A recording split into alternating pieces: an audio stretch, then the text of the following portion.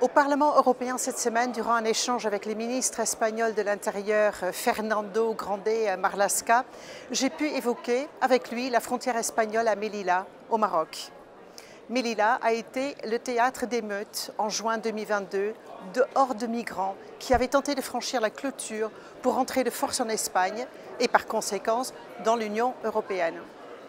Alors que le gouvernement socialiste d'Espagne était plutôt immigrationniste, la réalité terrifiante de ces attaques à sa frontière, qui avait fait d'ailleurs 22 morts, s'est imposée. Le gouvernement socialiste de Pedro Sánchez et du ministre avec qui j'ai pu échanger hier a bien dû se rendre à l'évidence.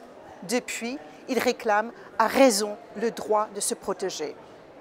En Europe, d'ores et déjà, 19 sections de frontières clôturées existent et d'autres sont en développement, comme celle entre la Grèce et la Turquie.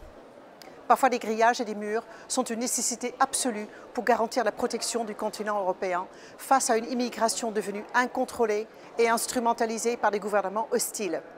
Ceci, même le gouvernement socialiste d'Espagne commence à le comprendre.